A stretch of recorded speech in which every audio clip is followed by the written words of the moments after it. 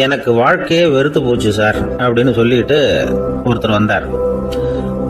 வந்து கொஞ்ச நேரம் பேசினதுக்கு அப்புறம் அவர் அப்படி சொல்லியிருந்தா அதில் ஒரு அர்த்தம் இருந்திருக்கும். வர்றதுக்கு முன்னாடியே வாழ்க்கை வெறுத்து போச்சுன்னு சொல்லிட்டு வர்றார். என்ன சார் விஷயம்னு விசாரித்தோம்.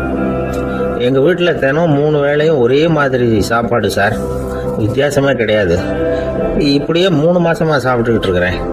அதை விட பட்டினி கிடந்து செத்துடலாம்னு தோணுது அப்படின்னார். ஒரு பெரியவர் சொன்ன தத்துவத்தை சொல்றதுக்கு ஆள் கிடைக்காம தவிச்சுக்கிட்டு இருந்தோம். இப்போ ஒருத்தர் கிடைச்சிட்டார், விட்டுலாமா? உடனே அவரை உட்கார வச்சு சொல்ல ஆரம்பிச்சிட்டோம். அதாவது நாம அனுபவிக்கிற உணர்வுகள்ல களிப்பு, மகிழ்வு, ஆனந்தம், இது 3க்கும் ஒண்ணுக்கு ஒண்ணு வித்தியாசம் உண்டு. மேம்போக்கா பார்க்கறதுக்கு இது 3 ஒண்ணு மாதிரி தோணும்.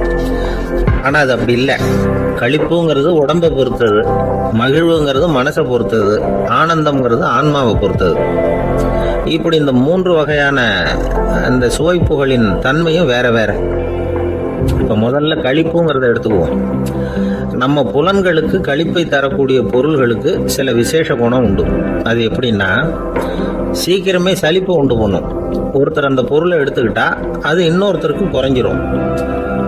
உணவு, உடை, இதெல்லாம் களிப்பை தரக்கூடிய பொருள்கள். இப்போ உதாரணத்துக்கு, ஒரு சாப்பாட்டு மேசையில் ஒரு பாத்திரத்தில் 10 இட்லி இருக்கு. அதில் ஒரு 2 இட்லியை நம்ம தட்டில் எடுத்து வச்சு சாப்பிட்றோம். நாம் சாப்பிட்ட அந்த இட்லி நிச்சயமாக எதிரில் உட்காந்துருக்கிறவருக்கு இல்லை, அவருக்கு உபயோகப்படாது. நாம் சாப்பிட்ட அதே இட்லியை அவரும் சாப்பிட முடியாது, அவர் வேற தான் எடுத்து வச்சுக்கணும். அது மாதிரி நாம் ஒரு சட்டையை எடுத்து போட்டுக்கிறோம், அதே சட்டையை அதே நேரத்தில் இன்னொருத்தர் போட்டுக்க முடியாது. புலன்களுக்கு களிப்பை தரக்கூடிய இது மாதிரி பொருள்கள்லாம் முதல் தடவை நமக்கு கொடுக்குற களிப்பை 2வது தடவையும் கொடுக்காது. 3வது தடவை இன்னும் குறையும், கடைசியில் வெறுப்பாக மாறிடும். ஒவ்வொன்றா இட்லியை தொடர்ந்து சாப்பிட்றோம்னு வச்சுக்கோங்க, முதல் இட்லி தரக்கூடிய சுவையை 30வது இட்லி தராது. முதல் தடவை புது சட்டையை போட்டுக்கிறப்போ நமக்கு இருக்கிற களிப்பு அதே சட்டையை 100வது தடவையாக போட்டுக்கிறோம்னு வைங்க, அப்போ இருக்குமா? இருக்காது. இதுதான் களிப்பு. அதாவது சீக்கிரமே சலிப்பை தரக்கூடியது. ஒருத்தர் எடுத்துக்கிட்டா இன்னொருத்தருக்கு குறைஞ்சு போகக்கூடியது. ஆனால் மகிழ்ச்சிங்கிறது அப்படி இல்லை. ஒருத்தர் அனுபவிக்கிறதுனால இன்னொருத்தருக்கு குறைஞ்சு போகாது. இப்போ காலையில் சூரியன் உதயம் ஆகிறத பார்த்து சந்தோஷப்படுறோம், அதையே இன்னொருத்தரும் பார்த்து சந்தோஷப்படலாம். ஒரு நல்ல சங்கீதத்தை கேட்குறோம், ஒரு அழகான ஓவியத்தை ரசிக்கிறோம், நீங்கள் ரசிக்கிற அதே நேரத்தில் இன்னொருத்தரும் அதை ரசிக்கலாம். அதனால் அது குறைஞ்சி போகிறதில்ல. இது மகிழ்வு. ஆனால் ஒன்று, ஒரே பாடலை திரும்ப திரும்ப கேட்டுக்கிட்டு இருந்தால் கடைசியில் அலுப்பு தட்டும். அதாவது மகிழ்வுங்கிறது எப்படின்னா, மற்றவங்களோட பகிர்ந்து கொள்றதுனால குறையாது. ஆனால் ஒரே பொருள் மீண்டும் மீண்டும் அனுபவிப்பை தர்றப்போ முதல்ல மகிழ்வு அதிகரித்து அதுக்கப்புறம் அது மங்கி மறைஞ்சு போடும். இதுதான் அந்த மகிழ்வுங்கிறதுக்கு இலக்கணம். சரி, இப்போ 3வதா சுகம் தரக்கூடிய ஆனந்தம்ங்கிறது எப்படின்னா, இது நமக்கு உள்ளே இருந்து சுரக்கிறது. மனசு சலனங்கள்ல இருந்து விடுபடுறப்போ இந்த ஆனந்தம் நமக்கு கிடைக்கும். இது நிலையான சுகம், ஆத்ம சுகம். களிப்பிலிருந்து மகிழ்வுக்கும், மகிழ்விலிருந்து ஆனந்தத்துக்கும் செல்றது தான் மனிதன் நடத்த வேண்டிய முக்கியமான பயணம். இவ்வளவு விஷயத்தையும் கேட்டுட்டு இந்த காலத்து பையன் ஒருத்தன் வந்தான். சார், இப்போ நீங்க ஒரு சாப்பாட்டு மேசையில ஒரு 10 இட்லி வைக்கிறீங்க, என்ன உட்கார வைங்க, எதிரில் இன்னொருத்தனை உட்கார வைங்க. நான் களிப்பு, மகிழ்வுலாம் தாண்டி நேரடியாக ஆனந்தத்துக்கு பயணம் பண்ணி காட்டுறேன் அப்படின்னா. ஒன்றும் புரியல அவன் சொன்னது. அது எப்படி, அப்படி என்ன பண்ணுவ நீ அப்படின்னு சொல்லி கேட்டோம் ஆச்சரியமா. 2 இட்லி சாப்பிட்டா தானே சார் களிப்பு? நான் 10 இட்லியும் மொத்தமாக சாப்பிட்ருவேன், அடுத்தவனுக்கு எதுவும் கிடைக்காது. அவனுக்கு கிடைக்காதபடி நாமே சாப்பிட்டுறோம்ல, அதுதானே நமக்கு ஆனந்தம் அப்படின்னு அதுக்கு ஒரு விளக்கம் சொல்கிறான். ஒரு ஊரில் ஒரு மன்னர் இருந்தார், புத்தி கூர்மை உள்ள ஒரு மன்னர். பொதுவாக மன்னர்களுக்கு சந்தேகம் வந்தால் சபையில் உள்ள சான்றோர்கள்கிட்ட கேட்டு தெரிஞ்சுக்கிறது தானே வழக்கம். ஆனால் இங்கே அப்படி இல்லை. மற்றவங்களுக்கு சந்தேகம் வந்தால் மன்னர்கிட்ட கேட்டு தெரிஞ்சுக்குவாங்க. அது மாதிரி கேட்டு தெரிஞ்சுக்கிறதுக்காக ஒரு பெரியவர் ஒரு நாள் வந்தார். அவர் கையில் 3 பொம்மைகள் வச்சுருந்தார். 3 ஒரே மாதிரி பொம்மைகள், கொஞ்சம் கூட வித்தியாசம் தெரியல. ஏது இந்த பொம்மைன்னு கேட்டார் மன்னர். எனக்கு வேண்டியப்பட்ட ஒருத்தங்கிட்ட இருந்து இதை வாங்கிட்டு வந்திருக்கிறேன், நான் தான் அவன்கிட்ட இந்த பொம்மையை செஞ்சு கொடுக்கும்படியா கேட்டுக்கிட்டேன். அவன் ரொம்ப புத்திசாலி, அவன் தான் இதை செஞ்சு கொடுத்தான். ஆனால் அதில் ஒரு சிக்கல் அப்படின்னார். என்ன பிரச்சனைன்னு கேட்டிருக்காரு இவர். நான் அவன்கிட்ட கேட்டது 3 விதமான பொம்மைகளாக இருக்கணும்னு கேட்டேன். அவன் என்னடான்னா 3 ஒரே மாதிரியாக செஞ்சு கொடுத்துட்டான் அப்படின்னார். அவங்ககிட்டயே கேட்கறது தானே அப்படின்னு இருக்காரு இவர். கேட்டேன், அவன் என்ன சொல்றான்னா, இது மூணும் ஒரே மாதிரி பொம்மை கிடையாது, மூணும் மூணு விதம், ஒன்றுக்கு ஒன்று வித்தியாசம் இருக்குது.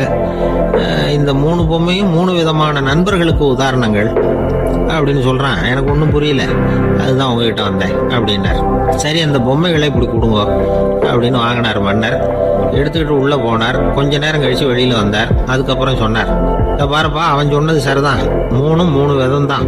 இது இருக்குதே முதல் பொம்மை, இது உத்தமமான நண்பனுக்கு உதாரணம்.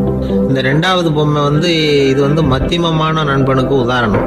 இந்த மூணாவது பொம்மை இருக்குதே அது மோசமான நண்பனுக்கு உதாரணம். இதை செஞ்சவன் உண்மையிலேயே பெரிய அறிவாளி தான் அப்படின்னாரான். வந்தவருக்கு ஒன்றும் புரியல. பார்த்தா ஒன்றும் வித்தியாசம் தெரியலையே அப்படின்னு அவன் குழம்பி போய் நிற்கிறான். இப்போ அந்த மன்னர் விளக்கம் கொடுக்குறார். அந்த மூணு பொம்மையையும் எடுத்து முன்னாடி வச்சார். ஒரு மெல்லிய கம்பியை கையில் எடுத்தார். அந்த முதல் பொம்மை காதில் விட்டார். கொஞ்ச தூரம் உள்ளே போய் அப்படியே நின்றுட்டுது அந்த கம்பி. அப்புறம் ரெண்டாவது பொம்மை காதில் அந்த கம்பியை விட்டார். அந்த கம்பி என்னாச்சுன்னா அப்படியே அது வாய் வழியாக வெளில வந்தது. மூணாவது பொம்மை காதில் கம்பியை செலுத்தினார். அது நேராக இன்னொரு காது வழியாக வெளியில் வந்தது. இந்த முதல் வகை இருக்குதே, அது மாதிரியான நண்பர்கள் எப்படி தெரியுமா? நம்ம கஷ்டத்தை அவங்கக்கிட்ட சொன்னால் பேசாமல் கேட்டுக்குவாங்க. வெளியில் அதை யாருக்கிட்டையும் சொல்லிகிட்டு இருக்க மாட்டாங்க. வெளியில் தெரியாமல் நமக்கு உதவி பண்ணுவாங்க. செஞ்சுட்டு அதை நான் தான் செஞ்சேன்னு சொல்லிகிட்டு இருக்க மாட்டாங்க. அதுதான் கம்பி ஒரு காது வழியாக போய் உள்ளே நின்றுட்டுது. ரெண்டாவது பொம்மையில் கம்பி என்னாச்சு, ஒரு காது வழியாக போய் வாய் வழியாக வெளியில் வருது. இது மாதிரியான நண்பர்கள்கிட்ட நாம் கஷ்டத்தை சொன்னால் அதை அவங்க 4 பேர்கிட்ட போய் சொல்லி நமக்காக உதவி கேட்பாங்க. நமக்குன்னு கேட்டு வாங்கி அதை நம்மகிட்ட கொண்டுகிட்டு கொடுப்பாங்க. இவங்க மத்தியமமான நண்பர்கள். மூணாவது பொம்மையில் ஒரு காது வழியாக செலுத்துகிற கம்பி இன்னொரு காது வழியாக வெளியில் வந்துடுது. இது மாதிரியான நண்பர்கள்கிட்ட நம்ம கஷ்டத்தை சொன்னால் அவங்க காது கொடுத்து கேட்கறது மாதிரி நடிப்பாங்க. அப்படியே இன்னொரு காது வழியாக அதை வெளில விட்டுருவாங்க. அதை பற்றி கவலைப்பட மாட்டாங்க. இதுதான் இந்த பொம்மைகளுக்குள்ளே இருக்கிற வித்தியாசம் அப்படின்னு விளக்கம் கொடுத்தாராம் மன்னர். படிக்கிற பிள்ளைங்கள்லேயே இது மாதிரி 3 வகை உண்டு. சில பேர் காதால் வாங்கி மனசில் வச்சுக்குவான். சில பேர் காதால் வாங்கி பேனாவால் எழுதி விடுவான். சில பேர் ஒரு காதால் வாங்கி இன்னொரு காதால் வெளியில் விட்டுருவான். ஒரு பையன் வகுப்பில் ஆசிரியர் பாடம் நடத்தும் பொழுது தலையை வேகமாக ஆட்டி ஆட்டி கேட்பானா, ஏன்டா இப்படி தலையை இப்படி ஆட்டுற அப்படின்னு கேட்டிருக்கான் பக்கத்தில் இருந்தவன். தலையை ஆட்டினா தாண்டா ஒரு காது வழியாக உள்ளே போகிறது இன்னொரு காது வழியாக வெளியில் வேகமாக வெளில போகும் அப்படின்னானா அந்த பையன்.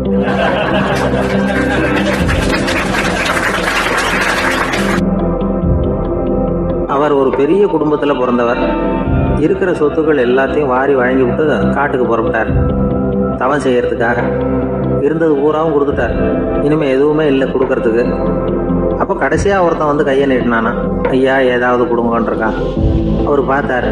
கட்டியிருக்கிற வேட்டியை தவிர வேற எதுவுமே இல்லை. 8 முழம் பட்டு வேட்டி ஜரிகை கரையோடு இருக்குது. கடைசியாக அதை தான் எடுத்துக்கிட்டு அவர் புறப்பட்டுருக்கார். அவர் பார்த்தார். எதிரில் அவன் பரிதாபமாக நின்றுட்டு இருக்கிறான். அந்த 8 முழ வெட்டியை 2ஆக கிழிச்சார். 4 முழத்தை அவங்ககிட்ட கொடுத்தாரு. மீதி 4 முழத்தை தன்னோட இடுப்பில் கட்டிட்டு அவர் காட்டுக்கு போயிட்டார்.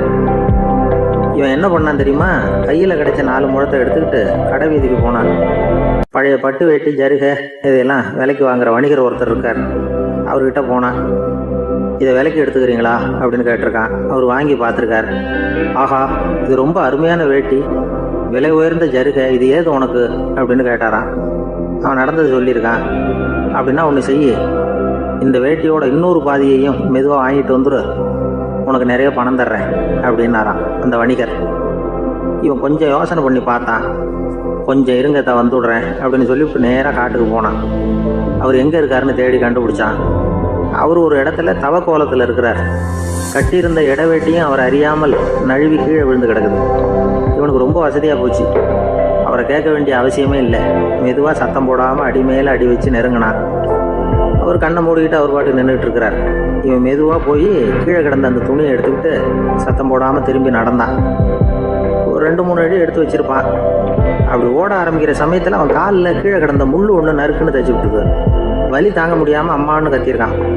இந்த சத்தத்தினால கண்ணை மூடி நின்றுக்கிட்டு இருந்த அவரோட தவம் கலைஞ்சது. மெல்ல கண்ணை திறந்து பார்க்குறார். தன் இடையில இருந்த வேட்டி அவன் கையில் இருக்கு. இப்போ அவர் நினைக்கிறார். என்ன நினைக்கிறாருன்னா, இந்த வேட்டி மீது நான் வைத்த ஆசை அல்லவா அவனை திருடனாக ஆக்கி விட்டது அப்படின்னு நினைச்சாராம். இந்த வேட்டி மேலே நாம் வச்ச ஆசை அவனை திருடும்படி ஆக்கிவிட்டதே அப்படின்னு நினைச்சாராம். இது எப்பேற்பட்ட மனநிலை அப்படிங்கிறத கொஞ்சம் யோசனை பண்ணி பாருங்க. தான் ஒரு பொருள் மேலே வச்ச பற்று இன்னொரு மனிதன் திருடனாக ஆகிறதுக்கு காரணமாயிட்டுதேன்னு நினைக்கிறார். அப்படி நினைச்ச அந்த பெரியவர் யார் தெரியுமா? அவர் தான் மகாவீரர். இழந்துட்டேங்கிறியே, நீ என்னத்தை கொண்டுகிட்டு வந்த எங்க இழந்துடுறதுக்கு? நீ என்னத்தை உண்டாக்குன இது அழிஞ்சுட்டுதுன்னு சொல்றதுக்கு? இதுதான் அவருடைய சிந்தனை. இன்றைக்கு நம்ம சிந்தனையெல்லாம். ஆந்திர நாட்டில் ஒரு அரசர் இருந்தார். அந்த அரசர்கிட்ட ஒரு அமைச்சர் இருந்தார். அந்த அமைச்சர் பேரு ராயண பாஸ்கர். அவர் ஒரு பெரிய அறிவாளி. அது மட்டும் இல்ல, மிகச்சிறந்த கொடையாளி. யார் எது கேட்டாலும் இல்லைன்னு சொல்ல மாட்டாராம். அதன் காரணமாகவே அவர்கிட்ட இருந்த செல்வம் நாளுக்கு நாள் குறைஞ்சிக்கிட்டே வந்துட்டு தான். கடைசியில் குடும்பத்துக்குன்னு எதுவும் வைக்காமலே அவர் போய் சேர்ந்துட்டார். மகனும் இறந்துட்டார். அந்த குடும்பத்தில் மிஞ்சி இருந்தது அவருடைய மருமகள், ஒரு பேரன், அவ்வளவுதான். இருந்த ஒரே சொத்து பழுதடைஞ்ச ஒரு வீடு. அந்த அம்மா மற்ற வீடுகளில் வேலை செஞ்சு தன்னுடைய பிள்ளைய படிக்க வச்சுக்கிட்டு வராங்க. அந்த புள்ள ஒரு பெரிய வள்ளலுடைய பேரன்கிறது அந்த பள்ளி வாத்தியார்களுக்கும் தெரியும். அதனால அவங்களும் இவங்கிட்ட கொஞ்சம் அன்பாகவும் அக்கறையாகவும் பழகி பாடம் சொல்லி கொடுத்துக்கிட்டு இருக்கிறாங்க. ஒரு நாள் ஒரு புகழ்பெற்ற கவிஞர் ஒருத்தர் அந்த பள்ளிக்கூடத்துக்கு வந்திருக்கிறார். ஆசிரியர்கள் கிட்ட பேசிக்கிட்டு இருந்தப்ப ஒரு செய்தியை சொன்னாராம். ராயண பாஸ்கருங்கிற வள்ளல் எனக்கு நிறைய உதவிகள் செஞ்சிருக்கார், என்னை பாராட்டி பரிசுகள்லாம் கொடுத்துருக்கிறார். அந்த வள்ளல் வாழ்ந்த கிராமத்தை பார்க்கணுங்கிறதுக்காக தான் இப்போ இங்கே வந்திருக்கிறேன் அப்படின்னாராம். ஆசிரியர் உடனே இந்த பையனை கூப்பிட்டு, இதை பாருங்க, இவன் யார் தெரியுமா? நீங்க குறிப்பிடுகிற அந்த வள்ளலின் பேரன் அப்படின்னு அறிமுகப்படுத்தினாராம். கவிஞரின் கண்கள்ல ஆனந்த கண்ணீர். அந்த பரவச நிலையிலேயே அந்த வள்ளலை பற்றி கவி பாட ஆரம்பிச்சுட்டாராம். இந்த சின்ன பையன் அதை கேட்டிருக்கிறான். உடனே என்ன பண்ணான் தெரியுமோ? தன் கையில் அணிஞ்சிருந்த ஒரு பொன் வளையலை கழட்டி அந்த கவிஞருக்கு பரிசா கொடுத்துட்டானோ. எல்லாருக்கும் ஆச்சரியம். தாத்தா இருக்கும் நிலையில கொடுத்தார், பேரன் இல்லாத நிலையிலையும் கொடுக்குறான். பையனை எல்லாரும் பாராட்டினாங்களாம். இருந்தாலும் அவனுக்குள்ள ஒரு பயம் எதுவும் ஆரம்பமாச்சு. பள்ளிக்கூடம் விட்டு வீட்டுக்கு வரும்பொழுது அந்த பயம் இன்னும் அதிகமாயிட்டுது. அம்மா என்ன சொல்லுவாங்களோ தெரியலையே, ஏதோ திடீர்னு தோணிச்சு வளையல கட்டி கொடுக்கணும்னு கொடுத்துட்டோம். குடும்பம் இருக்கிற நிலையில இப்படி நான் செஞ்சது தப்பா? வீட்டு செலவுக்கே அம்மா எவ்வளவு கஷ்டப்படுறாங்க, வீட்டுக்கு போனதும் என்ன நடக்குமோ தெரியலையே அப்படின்னு நினைச்சு பயந்துக்கிட்டே அவன் வீட்டுக்குள்ள அடி எடுத்து வைக்கிறான். அம்மா கூப்பிட்டு சாப்பாடு போட்டாங்க. அவங்க கண்ணில் படக்கூடாதுங்கிறதுக்காக ஒரு கையை பின்னாடி மறைச்சிக்கிட்டே இருந்தான். அம்மா இதை கவனிச்சுட்டாங்க. ஏய், உன் கையை ஏன் அப்படி வச்சிருக்கிற? உன் கைக்கு என்னாச்சு? ஏதாவது அடிபட்டு போச்சா அப்படின்னு கேட்டுக்கிட்டே கையை எடுத்து பார்க்குறாங்க. வளையல காணலை. வளையல் எங்க அப்படின்னு கேட்குறாங்க. இவன் தயங்கிக்கிட்டே நடந்ததை சொல்கிறான். அது கேட்டதும் அந்த அம்மாவோட முகம் கோபத்தால் சவுந்து போச்சான். முட்டாளே, என்ன காரியம் பண்ண அப்படின்னு கன்னத்தில் அரைஞ்சிட்டாங்களாம். அம்மா, என்னை அடிக்காத, ஏதோ தெரியாமல் தப்பு பண்ணிட்டேன் அப்படின்னு இருக்கான். மகனே, வளையல கொடுத்ததுக்காக நான் உன்னை அடிக்கல அப்படிங்க, பின்ன எதுக்கு அடிச்சேன்னு கேட்டிருக்கான். உன் பாட்டனார் ஒரு பெரிய வள்ளல். அவர் எதையும் பாதி வேலையா செய்யறதில்ல. அவருடைய பேரன் நீ அரைகுறை வேலை செஞ்சுட்டு வந்திருக்கிற அப்படின்னாங்களாம். என்னம்மா சொல்றேன் இருக்கான். நீ ஒரே ஒரு வளையல மட்டும்தானே கட்டி கொடுத்துருக்குற. கொடுக்கறதா இருந்தா ரெண்டையும் சேர்த்துல கொடுத்துருக்கணும்.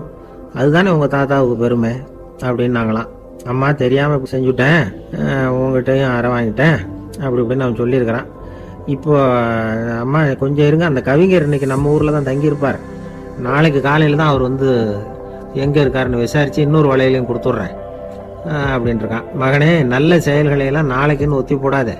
நாளைக்கு என்ன நடக்குங்கிறது யாருக்கு தெரியும்? இப்பவே போ, எங்க இருக்காருன்னு பாரு அப்படின்னு இருக்காங்க. மகன் புறப்பட்டான். பள்ளி ஆசிரியர்கிட்ட போய் கேட்டானா அந்த கவிஞர் எங்க இருக்காருன்னு. அவர் சொன்னாராம். உடனே போய் அவர் இருக்கிற இடத்துல கதவை தட்டியிருக்கான். ராத்திரி நேரத்தில் இவனை கண்டதும் அவருக்கு ரொம்ப ஆச்சரியம். இவன் இன்னொரு கை வளையலையும் எடுத்து நீட்டியிருக்கான். அவர் திகைச்சு போய் நிற்கிறார். அவரால் என்ன பண்றதுன்னே தெரியல. ஆனந்த கண்ணீர். இது பெரியவர்கள் கூற கேட்ட ஒரு வரலாறு. இன்னைக்கு இப்படிப்பட்டவங்களை பார்க்க முடியுமா? வறுமை வள்ளல் தன்மையை ஒன்று செய்து விடாதுங்கிறதுக்கு இது ஒரு உதாரணம். ஒருத்தன் இன்னொருத்தனை பார்த்து கேட்டானா, எங்க தாத்தா உங்க தாத்தாவுக்கு 100 ரூபா கடன் கொடுத்துருக்கிறார், அதை எப்போ திருப்பி கொடுக்க போறேன்னு. கவலைப்படாத, எங்க பேரன் அதை உங்க பேரன்ட்ட திருப்பி கொடுத்துருவான் அப்படின்னு நானா அவன்.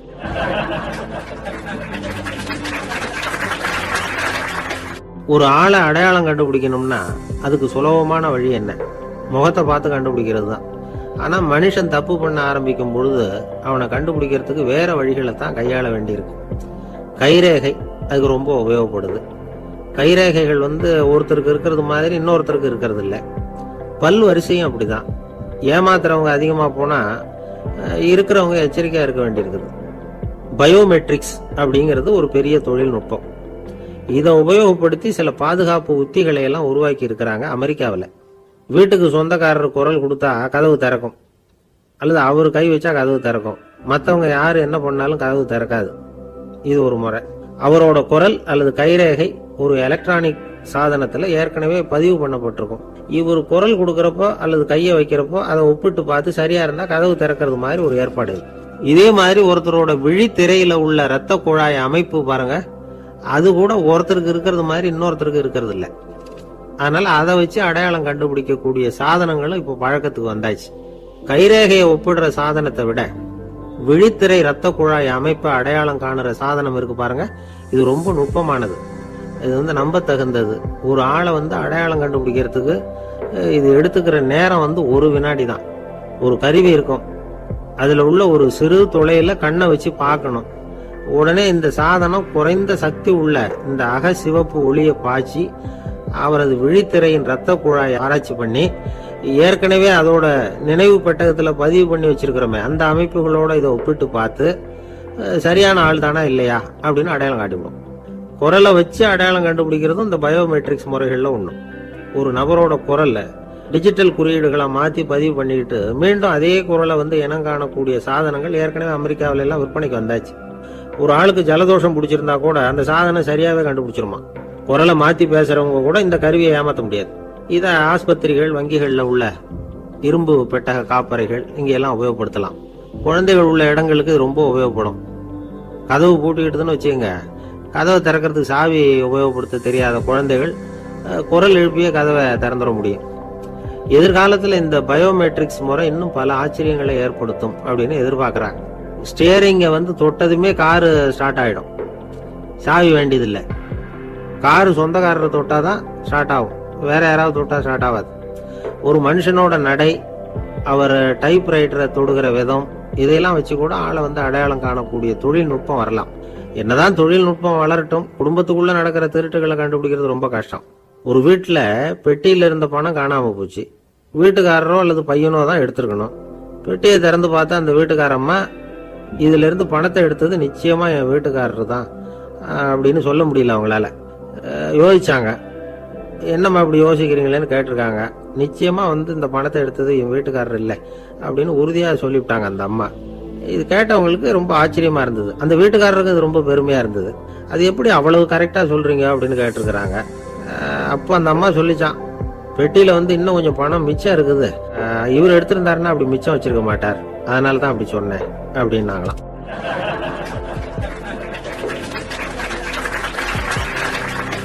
ஒரு ஊர்ல ஒரு ஆள் இருந்தான். நிறைய பணம் சேர்த்தான். அவனுக்கு சம்பாதிக்க தெரியுமே தவிர செலவு பண்ண தெரியாது. மகா கஞ்சன். காசை கையில எடுக்கவே மாட்டான். எடுத்தா செலவு செய்ய வேண்டியிருக்குமே, அதனால இப்படியே அவன் காலத்தை ஓட்டி விட்டான்.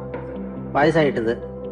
அவனுடைய மனைவி ஒரு நாள் கேட்டாங்க, இவ்வளவு நாளா நீங்க என்ன எங்கேயுமே அழைச்சிட்டு போனதில்லை, இப்போவாவது அழைச்சிட்டு போகக்கூடாதா அப்படின்னாங்க. எங்க போகணும் சொல்லுன்னா. காசிக்கு போகணும், கங்கையில குளிக்கணும்னாங்க. இவன் பார்த்தான், இதுக்கு ஏன் அவ்வளவு தூரம் செலவு பண்ணிட்டு போகணும், நம்ம ஊர் ஆத்துலயே குளிக்கலாமே, இதுவும் புண்ணிய நதி தான், இங்க குளிச்சா அங்க குளிச்ச பலன் கிடைச்சிரும் அப்படின்னா. சரின்னு 2 பேரும் ஆத்தங்கரைக்கு போனாங்க. அன்னைக்கு ஏதோ விசேஷம், நிறைய கூட்டம், நிறைய பேர் குளிச்சுக்கிட்டு இருக்கிறாங்க.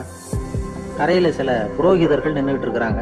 குளிக்கிறதுக்கு முந்தி அவங்க கிட்ட உட்காந்தா ஏதோ மந்திரம்லாம் சொல்லுவாங்க, கொஞ்சம் காசு கொடுக்க வேண்டியிருக்கும். அதனால இவன் என்ன பண்ணா, ஆத்தங்கரையிலேயே கொஞ்சம் தூரம் போனான். ஊரை விட்டு தள்ளி வந்துட்டான், அங்க யாருமே இல்லை. அப்பாடான்னு சந்தோஷப்பட்டான், குளிக்கலாம்னு புறப்பட்டான். இந்த நேரம் கடவுள் பார்த்தார், இந்த கஞ்சனுக்கு ஏதாவது புத்தி போகட்டணும் அப்படின்னு நினைச்சார். உடனே ஒரு புரோகிதர் மாதிரி உருவத்தை மாத்திக்கிட்டு அந்த ஆள் முன்னாடி நின்னார். அவனுக்கு அதிர்ச்சி, இங்க யாருமே இருக்க மாட்டாங்கன்னு நினைச்சா இங்கேயுமே ஒரு ஆள் வந்துட்டாரு, என்ன பண்றதுன்னு யோசனை பண்ணான். புரோகிதர் உருவத்தில் இருந்த கடவுள் சொன்னார், இதை பாருங்க, இன்னைக்கு விசேஷ நாள், நீராடுறதுக்கு முன்னாடி சுயகல்பம் பண்ணிக்கிறது ரொம்ப நல்லது அப்படின்னார்.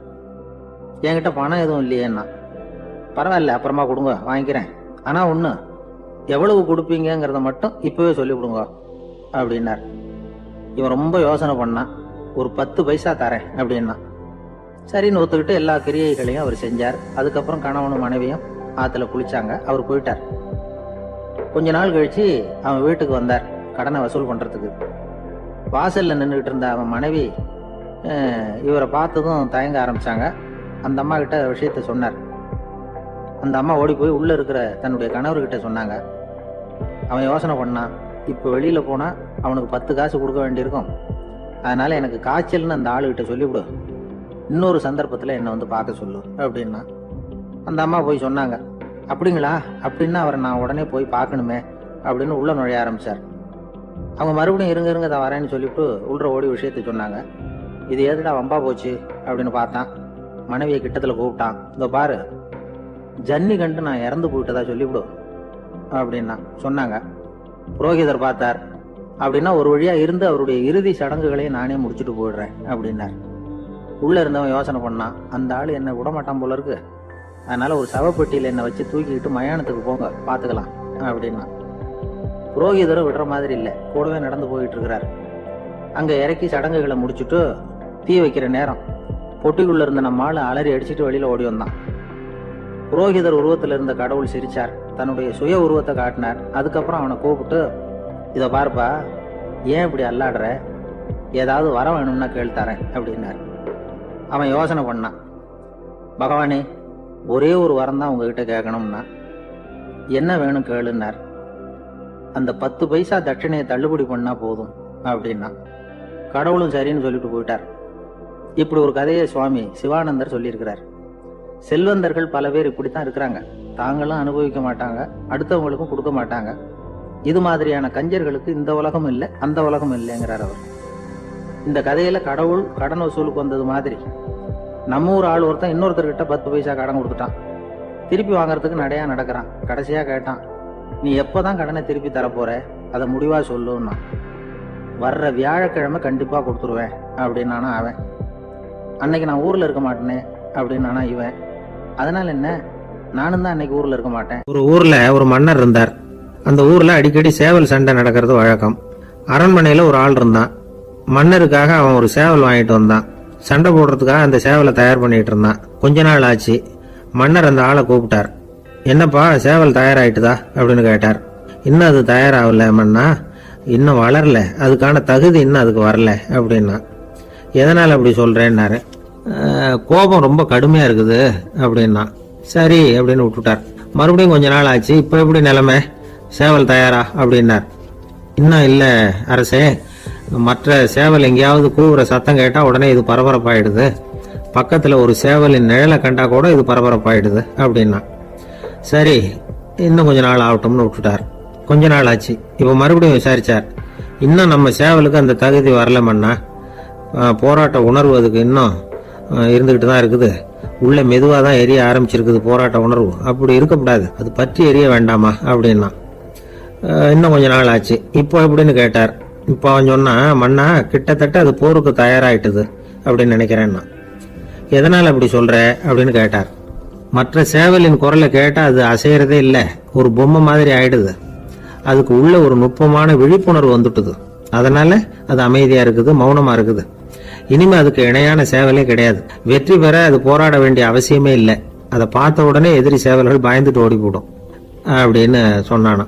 அந்த சேவலை வளர்த்தவர் சி சிங் சு அப்படின்னு பேரு. இந்த சுசுகி சொன்ன கதையா அது. ஞானிகள் என்ன சொல்றாங்க தெரியுமா, அந்த சேவலின் ரகசியத்தை நீயும் கற்றுக்கொள், நீ அப்படி ஆயிடு, சண்டை போடாமலே வெற்றிகள் பெறுகிற நுட்பத்தை புரிந்து கொள். இதுதான் ஞானிகள் உபதேசம். ஒரு குரு கிட்ட ஒருத்தன் போயிருக்கிறான். எனக்கு சண்டை போட கத்துக்கணுங்கன்னா. அதுக்கு என்ன செய்யணும்னார். என்ன உங்க மாணவனா சேர்த்துங்கன்னா. சரி, இப்போ உன்னுடைய பலம் என்னன்னு கேட்டிருக்கார்.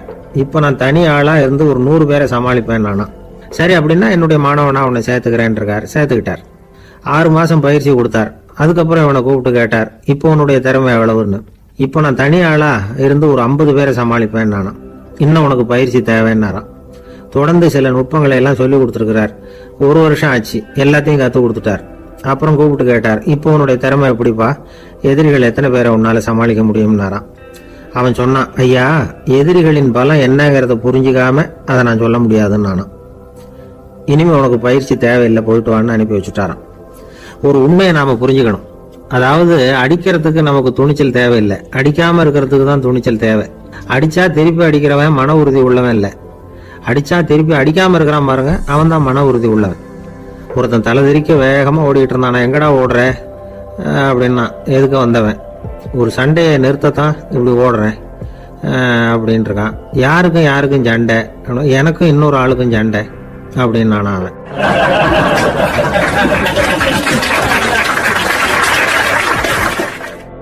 ஒரு ஊர்ல ஒரு மன்னர் இருந்தார். அழகான அரண்மனையில் அவர் இருந்தார். அந்த அரண்மனையை விட அழகா ஒரு மாளிகையை அந்த ஊர்லயே வேற ஒருத்தன் கட்டியிருந்தான். அப்படி கட்டி முடிச்சதுல அவனுக்கு ரொம்ப பெருமை. எத்தனையோ செல்வந்தர்கள்லாம் வந்து பார்த்துட்டு, இந்த மாளிகையை விலைக்கு கொடுத்துடுறியா, எவ்வளவு விலை சொன்னாலும் சரி நாங்கள் வாங்கிக்கிறதுக்கு தயாரா இருக்கோம் அப்படின்னு சொல்லி கேட்டு பார்த்துட்டாங்க. நான் இதை விற்கிறதுக்கு தயாரா இல்லை அப்படின்னு சொல்லிவிட்டான். அவ்வளவு சிறப்பா கலை அம்சத்தோடு அதை கட்டி முடிச்சிருக்கிறான். அதுவே ஒரு பெரிய அரண்மனை மாதிரி இருந்ததுன்னா பார்த்துங்களேன். சுற்றிலும் அழகான பூந்தோட்டம். ஒரு நாள் அவன் எங்கேயோ வெளியூர் போயிட்டு திரும்பி வந்துகிட்டு இருக்கிறான். அப்போ அந்த மாளிகை தீப்பெட்டி எரிஞ்சிட்டு இருக்கு. பதறி போட்டான். விலைக்கு கேட்டவங்க யாராவது இதை செஞ்சிருக்கணும், இல்லைன்னா மன்னரே செய்த சதியே என்னவோ, இப்படிலாம் அவனுக்கு சந்தேகம். ஒரு மூலையில் உட்காந்து அழ ஆரம்பிச்சுட்டான். அந்த சமயத்தில் அவனுடைய மகன் அங்கே ஓடி வந்தான். அப்பா அழாதீங்க, இதை நான் நேற்று ராத்திரியே நம்ம ஊர் மன்னருக்கு வித்துட்டேன். இதை கட்டி முடிக்க நமக்கு எவ்வளவு செலவாச்சோ அதை போல 3 மடங்கு விலைக்கு வித்துட்டேன். கவலைப்படாதீங்க, இதை விட அழகான மாளிகையை நாம புதுசா கட்டிக்கலாம்னா. இதை கேட்டதும் அழுதுகிட்டு இருந்தவன் அழுகையை நிறுத்தினான். சிரிக்க ஆரம்பிச்சுட்டான். இதே இடத்த நான் வந்து மன்னர்கிட்ட இருந்து விலைக்கு வாங்குவேன், இதை விட அழகான மாளிகையை கட்டுவேன் அப்படின்னு சுத்தி நின்று எல்லார்கிட்டையும் சொல்லிக்கிட்டு இருந்தான். இந்த சமயத்துல அவனோட இளைய மகன் ஓடி வந்தான். அப்பா, அண்ணன் சொன்னதெல்லாம் சரிதான், மன்னர்கிட்ட விலை பேசினதெல்லாம் உண்மைதான். ஆனா வித்தது பேச்சு அளவுல தான். இனிமேதான் பத்திரம் வாங்கணும், எழுதணும், நீங்க கையெழுத்து போடணும், பதிவு பண்ணணும், மன்னர்கிட்ட பணம் வாங்கணும். அதுக்காகத்தான் உங்களை எதிர்பார்த்துக்கிட்டு இருந்தோம். அதுக்குள்ள இப்படி ஆயிட்டுதுன்னா. இப்ப சிரிச்சுக்கிட்டு இருந்தவன் சிரிப்பை நிறுத்தினான். மறுபடியும் குழந்தை மாதிரி அழ ஆரம்பிச்சுட்டான். இது ஒரு சம்பவம். இதுல இருந்து என்ன தெரியுது? அந்த அழகான மாளிகை தன்னுடையது அப்படின்னு நினைக்கும் பொழுது அவனுக்கு அழுகை வந்தது. அது தன்னுடையது இல்லை அப்படின்னு நினைக்கிற போது சிரிப்பு வந்தது. மறுபடியும் அது தன்னுடையதுதான் அப்படிங்கிற உணர்வு வரும்பொழுது அழுகை. எது எதிலிருந்து நீ நீங்கி இருக்கிறாயோ அது அதிலிருந்து உனக்கு துன்பம் இல்லை அப்படிங்கிறார் திருவள்ளுவர். இந்த உடம்பு என்னுடையதில்லை அப்படிங்கிற உணர்வு வந்துட்டா அது ஒரு பெரிய நிலை. அந்த நிலை வந்து வரணும். எல்லாத்தையும் பயன்படுத்திக்கலாம், ஆனா பற்றுல விழுந்துடக்கூடாது. உலகத்தில் இருங்கள், ஆனால் உலகத்தவராக இருக்காதீர்கள்.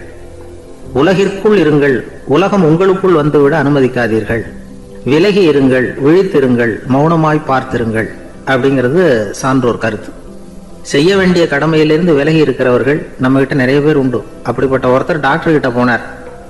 டாக்டர், நான் ஒரு கவர்மெண்ட் ஆபீஸ்ல வேலை பார்க்குறேன், எனக்கு ஒரே அசதியா இருக்கு, என்னை சோதிச்சு பாருங்க, ஆலோசனை சொல்லுங்க ஏதாவதுன்னார். டாக்டர் அவரை பரிசோதனை பண்ணி பார்த்துட்டு சொன்னார், இதோ பாரு, உனக்கு இப்போ தேவைப்படுறது முழு ஓய்வு. நீ எவ்வளவு சீக்கிரமா ஆபீஸுக்கு போறியோ அவ்வளவுக்கு உனக்கு நல்லது அப்படின்னாராம்.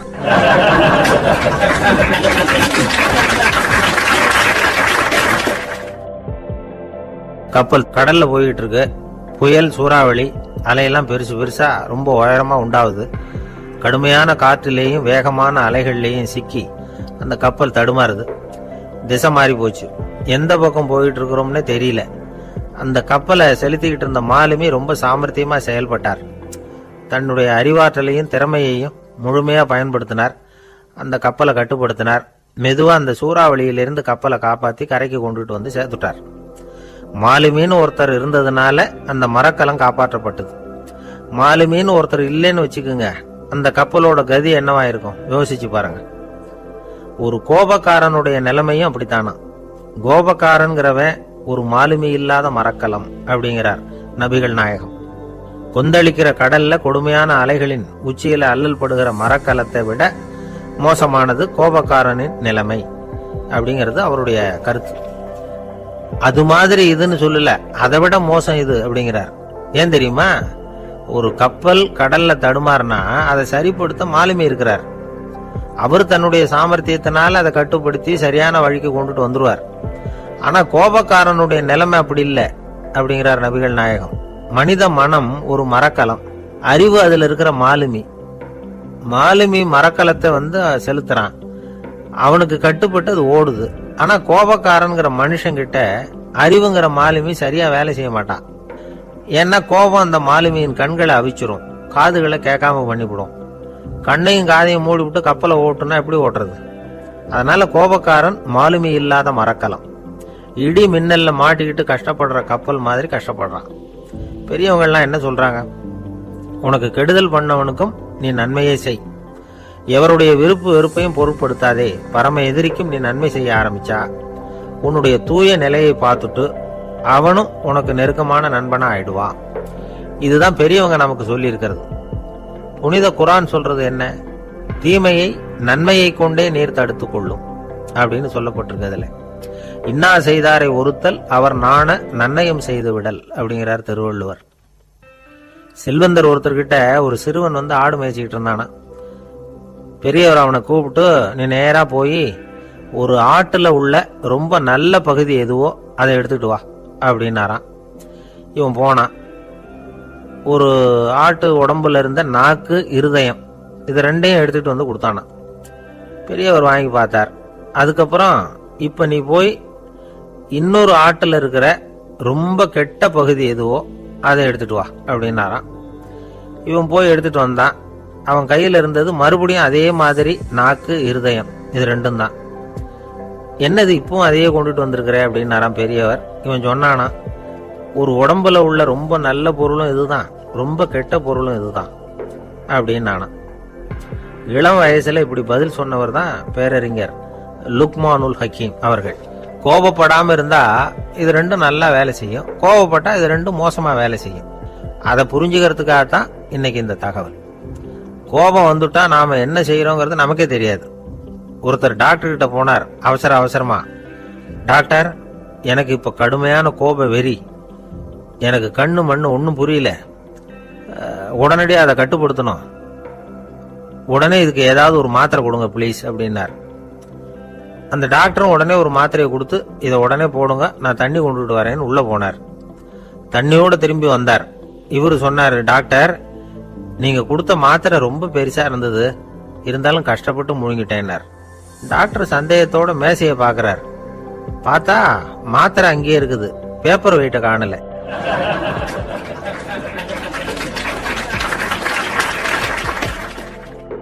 ஒரு சின்ன பையன் வந்தான். அவனை பார்த்து ஒரு கேள்வி கேட்டோம். ஏன்ப்பா உங்க வீட்டுல அம்மா புத்திசாலியா அப்பா புத்திசாலியா அப்படின்னு. அவன் அலட்சியமா நம்மளை பார்த்து சிரிக்கிறான். என்ன சார் இது, இந்த காலத்துல இது கூட தெரியாம இருக்கிறீங்களே அப்படிங்கிறான்.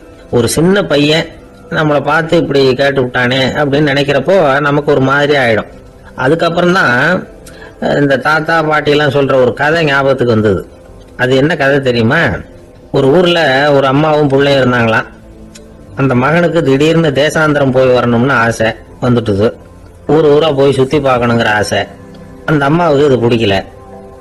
மகனை பிரிஞ்சு இருக்கிறதுக்கு அவங்க மனசு இடம் கொடுக்கல. வேணாப்பான்னு சொல்லி பார்த்தாங்க, அவன் கேட்கல. திடீர்னு புறப்படவும் செஞ்சுட்டான். சரி, இனிமே அவனை தடுக்க முடியாதுன்னு முடிவு பண்ணிட்டாங்க அந்த அம்மா. இருந்தாலும் புத்திசாலித்தனமா ஒரு யோசனை பண்ணாங்க. மகனை கிட்டத்துல கூப்பிட்டாங்க. அவங்ககிட்ட சொன்னாங்க, இதை பாருப்பா, நீ தேசாந்திரம் போறதுன்னு தீர்மானம் பண்ணிவிட்ட, அதை நான் தடுக்கல, போயிட்டு வந்துடும். ஆனா போறதுக்கு முன்னாடி எனக்கு ஒரு வாக்குறுதி கொடுத்துட்டு போ அப்படின்னாங்க. போறப்போ ராத்திரியா இருந்தாலும் பகலா இருந்தாலும் சரி, புளிய மரத்து நிழல்ல தான் தங்கணும். திரும்பி வர்றப்போ இரவும் பகலும் நீ வேப்ப மரத்து நிழல்லே தங்கணும் அப்படின்னாங்க. சரி, அப்படியே செய்யறேன்னு சொல்லி வாக்குறுதி கொடுத்தான் பையன். புறப்பட்டு போனான். போற வழியில புளிய மரத்து நிழல்லையே தங்கினான், தூங்கினான். அப்படி போயிட்டே இருந்தான். 7வது நாள் அவன் உடம்பு சுகம் இல்லாம போயிட்டுது. ரொம்பவும் பலவீனம் ஆயிட்டான். இனிமே நடக்க முடியாதுங்கிற நிலைமை வந்துட்டுது. யோசிச்சு பார்த்தான். சரி, இதுக்கு மேல போக வேண்டாம் அப்படின்னு முடிவு பண்ணிட்டு திரும்பி வர ஆரம்பிச்சுட்டான். திரும்பி வர்றப்போ வழியில வேப்ப மரத்து நிழல்லையே தங்கி வந்தான். நாளுக்கு நாள் உடம்பு சரியா வந்துட்டுது. 7வது நாள் வீட்டுக்கு சேர்றான். உடம்பு பழையபடியே கலகலப்பாயிட்டுது. பூரண சுகம். தேசாந்திரம் போன பையன் திரும்பி வந்துட்டானே அப்படின்னு அந்த அம்மா ஆச்சரியப்படல. ஏன்னா அவங்களுக்கு தெரியும் இப்படி ஆகும்னு. பையன் சீக்கிரமா திரும்பி வரணுங்கிறதுக்காக தான் அவங்க அந்த யோசனையை சொன்னாங்க. என்ன விஷயம்ங்கிறதையும் அவங்களே சொன்னாங்க.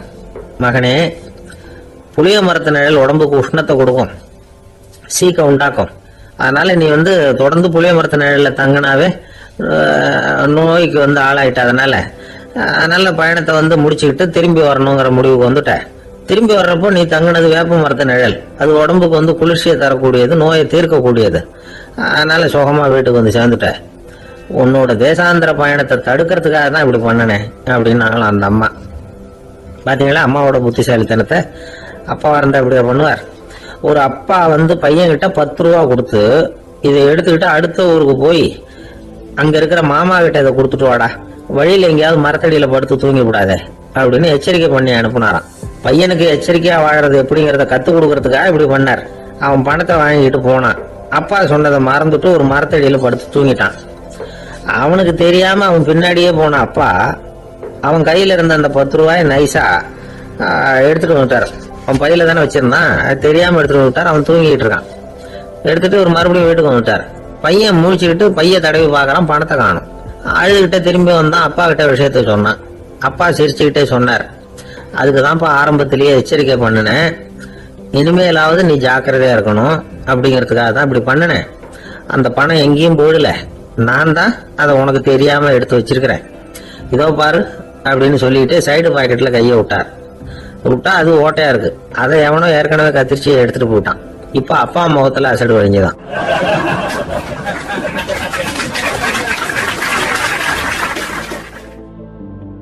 கங்கை கரை தோட்டம் பக்கத்துல ஒரு ஆசிரமம், அங்க ஒரு பெரியவர் தங்கி இருக்கிறார்.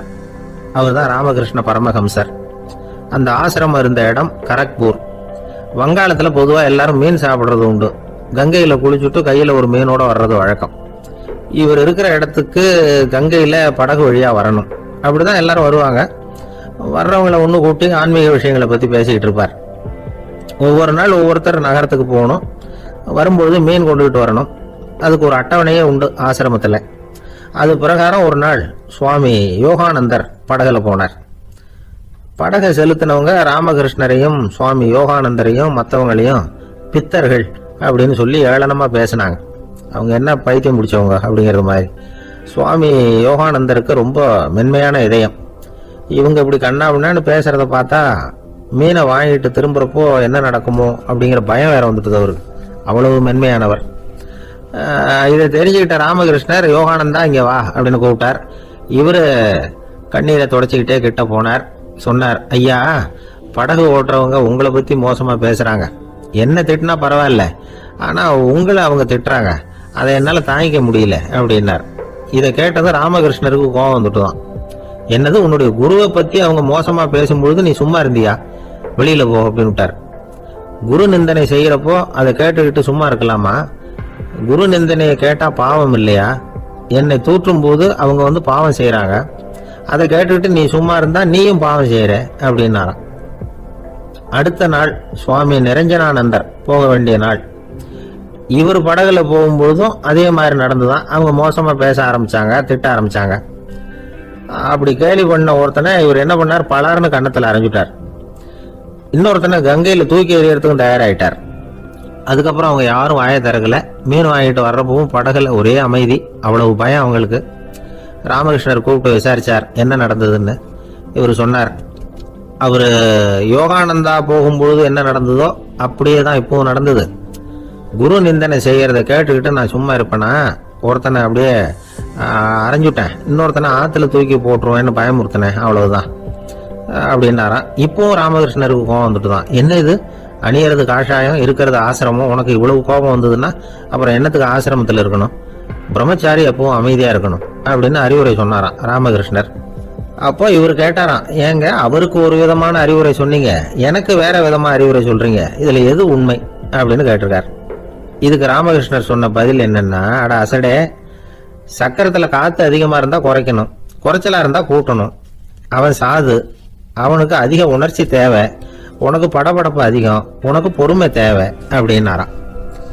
இதுல உள்ள கருத்து என்னன்னா, கல்விங்கிறது எப்படின்னா அதை சூழ்நிலைக்கு தகுந்த மாதிரி கற்பிக்கணும். எல்லாருக்கும் ஒரே மாதிரி கற்பிக்க கூடாது.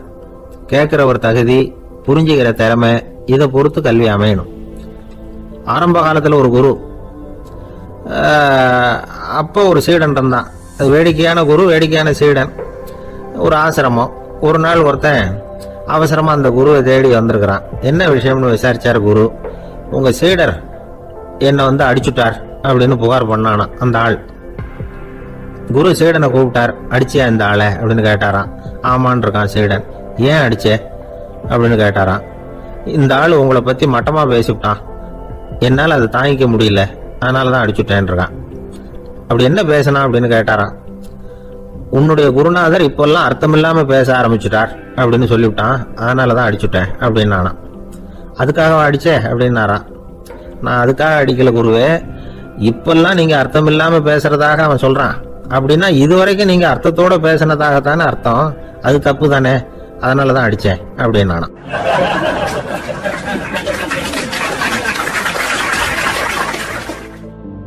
ஒரு விவசாயி விதைக்கிறதுக்காக வயல்வெளி பக்கம் போறார். விதைகளை அள்ளி வீசினார்.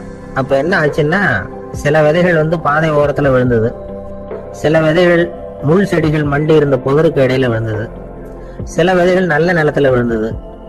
பாதை ஓரத்துல விழுந்த விதை என்ன ஆச்சுன்னா, அதெல்லாம் பறவைகள் கண்ணில் போட்டுவிட்டது. உடனே உட்காந்து கொத்தி தின்னுட்டு போட்டுது. அதிகமா மண் இல்லாத பாறை பகுதியில் விழுந்த விதையெல்லாம் லேசா வேர் விட்டு முளைக்க ஆரம்பிச்சுது. அதுக்கப்புறம் வேறு கீழே ஆழமா போக முடியல, மேலேயும் சூரிய வெப்பம் அதிகம் தாங்க முடியல, எல்லாம் காஞ்சி கருகி போட்டுது. புதர் பகுதியில சில விதைகள் விழுந்தது இல்லையா, முள் செடிகள் காடா மண்டி போயிருந்தது. அதனால முளைச்சு வர்ற செடிக்கு நெருக்கடி அதிகமா போட்டுது, சரியா வளர முடியல, விளைச்சலும் சரியா இல்லை. நல்ல நிலத்துல விழுந்த விதைகள் மட்டும் நல்லா முளைச்சது, நல்லா வளர்ந்தது, விளைச்சலும் பிரமாதமா இருந்தது. இந்த கதையை சொல்லிவிட்டு கேட்க செவியுள்ளோர் கேட்கட்டும் அப்படிங்கிறார் இயேசு பெருமான். ஆமா, இயேசு கடலில் நின்ற படகு ஒண்ணுல உட்கார்ந்துருக்கிறார். கடற்கரையில ஏராளமான மக்கள் உட்கார்ந்துருக்கிறாங்க. அந்த சமயத்துலதான் இயேசு ஓமைகள் மூலமா மக்களுக்கு பல உண்மைகளை சொல்லிட்டு இருக்கிறார். மக்கள் அந்த கதையை கேட்டுட்டு ஒன்னும் புரியாம முடிக்கிறாங்க. அத கவனித்த இயேசு அந்த ஓமையை விளக்க ஆரம்பிச்சார். இதுல அந்த விதைக்கிறவர் தான் இறைவன். அவருடைய வார்த்தைகளை விதைக்கிறார். அந்த வார்த்தைகளை கேட்கிற மக்கள் அந்த விழுந்த விதைகள் மாதிரி 4 வகையானவர்கள். சில பேர் பாதை ஓரத்துல விழுந்த விதைகள் மாதிரி இறைவன் வார்த்தைகளை அவங்க கேட்கிறாங்க. ஆனா தீய எண்ணங்கள் செய்கைகள் மூலமா விதைக்கப்பட்ட வார்த்தைகள் அழிஞ்சு போடுது. இறைவன் வார்த்தைகளை கேட்ட உடனே மகிழ்ந்து போய் உடனே சில பேர் அதை ஏத்துக்கிறாங்க. இவங்கெல்லாம் அந்த பாறை பகுதியில் விழுந்த விதைகள் மாதிரி. அதனால இவங்கெல்லாம் வேறு இல்லாதவங்க, கொஞ்ச காலத்துக்கு இறை வார்த்தைகளுக்கு கீழ்ப்படிந்து நடப்பாங்க. அதனால ஏதாவது இடைஞ்சல் ஏற்பட்டா உடனே தடுமாறுவாங்க. தங்கள்கிட்ட இருக்கிற நல்ல பண்புகளை விட்டுட்டு பாவ வழிகளுக்கு போடுவாங்க. முள் செடிகளுக்கு இடையில விழுந்த விதைகள் மாதிரி உள்ளவங்க யாருன்னா, இவங்களுக்கு உலக கவலை உண்டு, செல்வத்தின் மீது மயக்கம் உடையவர்கள். உலக ஆசைகள் இவங்களுக்குள்ள பூந்தோடுறதுனால அங்க இருக்கிற நல்ல பண்புகள் மறைஞ்சு போடுது. அதனால அவங்களும் உபயோகம் இல்லாதவங்களா ஆயிடுறாங்க. நல்ல மனிதர்கள் நல்ல நிலத்துல விழுந்த விதைகளுக்கு ஒப்பானவர்கள். இவங்க இறை வார்த்தையை கேட்கறாங்க, அதை ஏத்துக்கிறாங்க, அவங்களும் நல்லபடியா வாழறாங்க, அடுத்தவங்களுக்கும் உபயோகமா இருப்பாங்க. இதுதான் இயேசு சொன்ன விளக்கம். நல்ல வார்த்தைகளை கேளுங்கள், நல்ல வார்த்தைகளை ஏற்றுக்கொள்ளுங்கள், அடுத்தவங்களுக்கு உபயோகமா இருங்க. இதுதான் பெரியவங்க எல்லாம் நமக்கு சொல்லுகிற உபதேசம். ஒரு அப்பா தன்னுடைய மகனுக்கு உபதேசம் பண்ணார். இத பாருப்பா, நல்ல வார்த்தைகளை கேட்கணும், எப்போதுமே மகன் அப்பா பேச்ச கேட்கறது நல்லது அப்படின்னாராம்.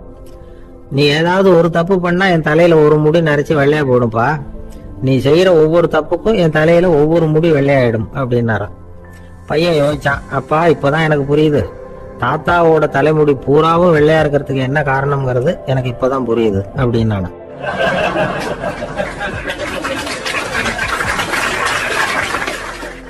எனக்கு வாழ்க்கையில ஒரே ஒரு ஆசை தான் சார் அப்படின்னாரு ஒருத்தர். அது என்னன்னு கேட்டேன். ஆசைகளை ஒழிச்சுடணுங்கிறது தான் என்னோட ஆசை அப்படின்னார். இப்படி ஆசைகளை ஒழிக்க வேண்டும் அப்படிங்கறதையே ஒரு ஆசையா கொள்றது அபத்தம் அப்படிங்கிறார் ஒரு பெரியவர். இது மாதிரி ஆசைகளை ஒழிக்க ஆசைப்பட்டா அந்த நோக்கம் நிறைவேறாதான். அந்த முயற்சியால புதுசா சில துன்பங்கள் தான் சேருமா. அதுல புதுசா ஒரு ஆசை தலை தூக்கும் அப்படிங்கிறார் அவர். ஆசைகளை தானா விழ வச்சுடலாம். அதுக்கு வழி என்ன தெரியுமா? எந்த ஒரு ஆசையையுமே பூரணமா நிறைவேற்றிக் கொள்ள முடியாதுங்கிறத உணரணும். அதை உணர்ந்தா ஆசைகள் தானா வந்துடும். அதை விட்டுட்டு ஆசைகளை விட்டுடணுங்கிறதையே ஒரு ஆசையா வச்சுக்கிட்டு அதுக்காக கடுமையா முயற்சிகளையும் செஞ்சுக்கிட்டு, நான் ஆசைகளை விட்டுட்டு ஞானோதயம் அடையறதுக்கு கடுமையா முயற்சி பண்ணிட்டு இருக்கிறேன் சார் அப்படின்னு சொல்லிட்டு இருந்தா எந்த காலத்திலயும் ஞானோதயம் வரப்போறது இல்லை. அதுக்கு பதிலாக துன்பம் தான் சேரும் அப்படிங்கிறது அவரோட கருத்து. எந்த ஒரு ஆசையையும் பூரணமா நிறைவேற்றி கொள்ள முடியாது அப்படிங்கிறத உணரணும். ஒரு ராஜா, அவர் மனசுல அமைதி இல்லை, எப்பவும் கஷ்டப்பட்டுக்கிட்டே இருந்தார். இந்த துன்பத்தை போக்குறதுக்கு பல வழிகள்ல என்னென்னமோ முயற்சியெல்லாம் பண்ணி பார்த்தார், ஒன்னும் சரியா வரல. கடைசியா ஒரு காரியம் பண்ணார். அதாவது ஒரு வேதாந்தியை தேடிட்டு போனார். அவரை பார்த்து கேட்டார், ஐயா என்னுடைய துன்பங்கள்ல இருந்து நான் விடுபடணும், அதுக்கு சுலபமா ஏதாவது ஒரு வழி இருந்தா சொல்லுங்களேன் அப்படின்னு கேட்டுக்கிட்டார். அதுக்கு அந்த வேதாந்தி சொன்னார், அதுக்கு ஒரு வழி சொல்றேன், அது மாதிரி செய். அதாவது உன்னுடைய ராஜ்யத்துக்குள்ள போதுங்கிற மனசோட வாழற ஒருத்தனை கண்டுபிடிக்கணும். அப்படி கண்டுபிடிச்சு அவனுடைய சட்டையை வாங்கி நீ போட்டுக்கணும். அப்படி போட்டுக்கிட்டா உன்னுடைய துன்பம் தீர்ந்துரும் அப்படின்னார். உடனே ராஜாவுக்கு ரொம்ப மகிழ்ச்சி. அரண்மனையில இருந்த அத்தனை பேரையும் ஆளுக்கு ஒரு பக்கமா அனுப்புனார். தேட சொன்னார். போதும்ங்கிற மனசுடைய ஒருத்தனை கண்டுபிடிச்சி கொண்டுகிட்டு வாங்க அப்படின்னார். எங்கெங்கயோ தேடி கடைசியா ஒரு ஆளை கண்டுபிடிச்சாங்க. அவன் போதும்ங்கிற மனசோட இருக்கிறவன் தான். ஆனா அவன்கிட்ட சட்டை எதுவும் இல்லை. இடையில கட்டியிருக்கிற துண்டே போதும்ங்கிற மனசோட அவன் வாழ்ந்துகிட்டு இருக்கிறான். சட்டை இருந்தாவில் ராஜா வாங்கி மாட்டிக்க முடியும். அந்த வேதாந்தி ஏன் அப்படி சொன்னாருங்கிறதுக்கான அர்த்தம் இப்பதான் ராஜாவுக்கு புரிஞ்சுதான். இதுவரைக்கும் சொன்னதெல்லாம் ஞான மார்க்கத்தை தேடிடுறவனுக்கான உள்ள தகவல். இப்போ இன்னைக்கு இளைஞர்கள் இதை கேட்டுவிட்டு நமக்கு ஆசையே வேணாம் அப்படின்னு முடிவு பண்ணிவிட்டா வாழ்க்கையில முன்னேறவே முடியாது. நம்முடைய முயற்சிக்கு ஆசை தான் தூண்டுகோல். அதனால இந்த ஆசையையும் அந்த ஆசையையும் போட்டு குழப்பிக்க கூடாது. ஆனா ஒண்ணு, பேராசை நமக்கு தேவையில்லை. நாம படுற ஆசையிலேயும் ஒரு நியாயம் இருக்கணும். ஏன்னா நம்மள சில பேர் நீங்க தான் சார் சொன்னீங்க, அதனாலதான் ஆசைப்பட்டேன், அரைதான் கிடைச்சது மிச்சம் அப்படிம்பாங்க கன்னத்தை தடவிக்கிட்டே. அதனால இப்பெல்லாம் எந்த தகவலை சொன்னாலும் ரொம்ப எச்சரிக்கையா இருக்க வேண்டி இருக்குது. ஒரு ஆளு ஒரு கடை வச்சு வியாபாரம் பண்ணிட்டு இருந்தான். அவனுக்கு ரொம்ப பேராசை, நிறைய பணம் சேர்க்கணும்னு. திடீர்னு ஒரு நாள் அவனுக்கு உடம்பு ரொம்ப சோகம் இல்லாம போயிட்டுது. இனிமே பிழைக்கிறது கஷ்டங்கிற நிலைமை. மரணப்படுகையில இருக்கிறான். சொந்தக்காரங்க எல்லாம் சுத்தி உட்கார்ந்து இருக்கிறாங்க. இவன் மெதுவா கண்ணை திறந்து பாக்குறான். என் வீட்டுக்காரி எங்கன்னா, இதோ இருக்கேன் அப்படின்னாங்க அந்த அம்மா. பசங்கள்லாம் எங்கேங்கிறான். இதோ பக்கத்துலதான் நின்றுட்டு இருக்கிறோங்கிறாங்க. பொண்ணுங்க எங்கேங்கிறான். எல்லாம் இங்கதான் இருக்கிறோம் அப்படிங்கிறாங்க. எல்லாம் இங்கதான் பக்கத்துல தான் இருக்கோம், நீங்க கவலைப்படாதீங்கன்னு சொல்றாங்க எல்லாம். அவன் மெதுவா கஷ்டப்பட்டு வாயை திறந்து, அட பாவீங்களா, எல்லாரும் இங்க இருந்தா அங்க கடையை யாரு கவனிக்கிறது அப்படின்னானா. ஒரு நாள் ஒரு 10-15 பள்ளிக்கூடத்து பிள்ளைங்க தேடிட்டு வந்தாங்க. உங்களை பார்த்துட்டு தான் போகணும், அதுக்காக தான் வந்திருக்கோம்னாங்க. என்ன விஷயம்னு கேட்டோம். நாங்கள்லாம் கூடி ஒரு முடிவு பண்ணியிருக்கிறோம், அதை உங்ககிட்ட சொல்லணும் அப்படின்னாங்க. அதுவும் ஒரு வாண்டு பையன் அதை சொன்னான். என்ன முடிவு அது அப்படின்னு கேட்டோம் ரொம்ப ஆர்வமாக. அதை இப்போ சொல்ல மாட்டோம், எங்களுக்கு பிடிக்கிற மாதிரி ஏதாவது ஒரு தகவல் சொன்னால் அதுக்கப்புறம் நாங்கள் அதை சொல்கிறோம் அப்படின்னு அந்த வாண்டு பையன். சரி, சின்ன பையன்கிட்ட இன்னைக்கு வசமாக மாட்டிக்கிட்டோம் அப்படின்னு நினச்சிக்கிட்டு அவங்களுக்கு தகுந்த மாதிரி ஒரு கதை சொல்ல ஆரம்பித்தோம். அது என்ன கதைன்னா, ஒரு பெரிய காடு, அதில் பலவிதமான மிருகங்கள். அந்த காட்டுக்கு ஒரு சிங்கம் தான் ராஜா. எப்பவும் காட்டுக்கு அது தானே ராஜா. ஒரு பெரிய யானைக்கு இது பொறுக்கலை. என்ன இது, எப்போ பார்த்தாலும் இங்கே சிங்கத்துக்கே ராஜா பதவி கிடைக்குது, நான்லாம் எவ்வளவு பலசாலியாக இருக்கிறேன், அப்படி இருந்தும் எனக்கு அந்த பதவி கிடைக்கலையே அப்படின்னு தனக்குள்ளே பொறுமிக்கிட்டே இருந்தது. ராஜா பதவியை நினச்சி ரொம்ப ஏக்கம், அதுக்கு பதவி மோகம். இந்த சமயம் பார்த்து ஒரு குள்ள நரி கூட்டம் அதை தேடிட்டு வந்தது. ஐயா பெரியவங்களே, நீங்கள் இந்த காட்டுக்கு ராஜாவாக இருக்க ஆசைப்படுறீங்க, அதில் ஒன்றும் தப்பு இல்லை. ஆனால் அதுக்கு முன்னாடி நீங்கள் எங்கள் கூட்டத்துக்கு கொஞ்ச நாள் தலைவராக இருங்க, அதாவது ராஜாவாக இருங்களேன், உங்களுக்கும் ஒரு ட்ரைனிங் கிடைச்சது மாதிரி இருக்கும் அப்படின்னு சொல்லியிருக்குது இந்த கூட்டம், குள்ள நரி கூட்டம். இதை கேட்ட உடனே யானைக்கு ரொம்ப சந்தோஷம் தாங்கலை. அதுதான் எப்போன்னு பதவிக்காக காத்துக்கிட்டு இருக்குதே. இருந்தாலும் கொஞ்சம் பிகுவோட, சரி நீங்கள்லாம் இவ்வளோ தூரம் என்ன தேடிட்டு வந்து கேட்கறதுனால மறுக்க முடியல அப்படின்னு ரொம்ப ஏதோ அவளுக்கு சிரமப்பட்டு ஒத்துக்கிறது மாதிரி ஒத்துக்கிட்டது.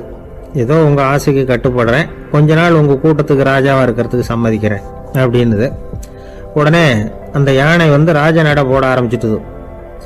யானை சாதாரணமாக நடந்தாவே எப்படி இருக்குங்கிறது நமக்கு தெரியும். அதுவே ராஜ நட நடந்தால் எப்படி இருக்கும் கற்பனை பண்ணி பாருங்க. யானை முன்னாடி கம்பீரமாக போய்கிட்டு இருக்குது, தலைவர் இல்லையா, அதனால குள்ள நரிகள்லாம் ரொம்ப அடக்கமாக அது பின்னாடி அணிவகுத்து போயிட்டு இருக்குது.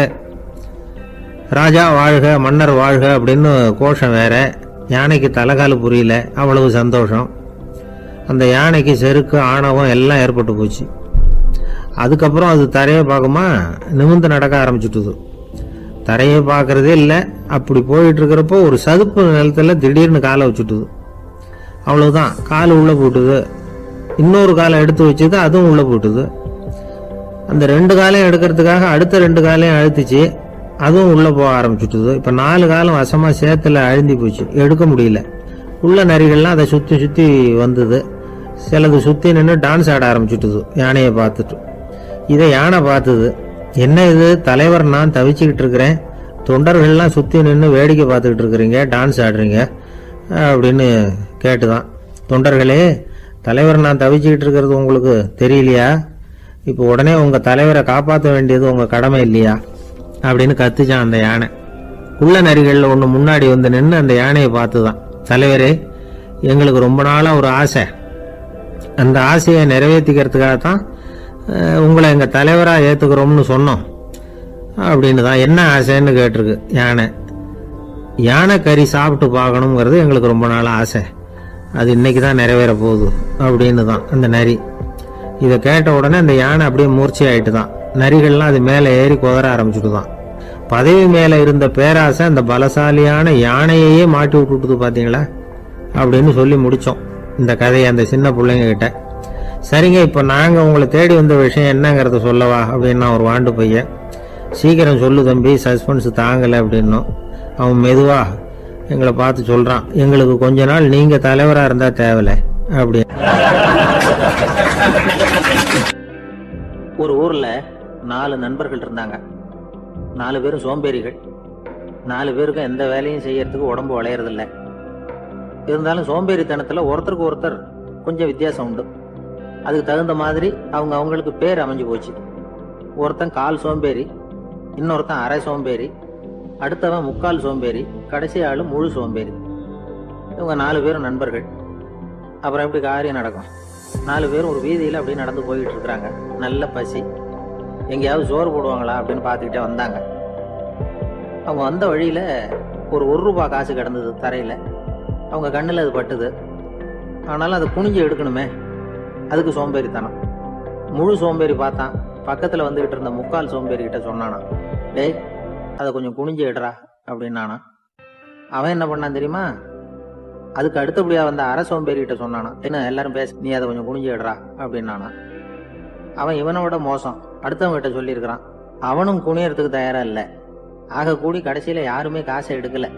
என்னத்துக்கு அனாவசியமா உடம்ப வளைச்சிக்கணும் அப்படின்னு எல்லாரும் பேசாம வந்துட்டாங்க. அவங்க பாட்டுக்கு நடந்து வந்துகிட்டே இருக்கிறாங்க. எதிரில் ஒருத்தன் வாழைப்பழத்தை வண்டியில வச்சு தள்ளிட்டே வந்தான். ரூபாய்க்கு 4 பழம்னு கூவி வித்துக்கிட்டே வர்றான்.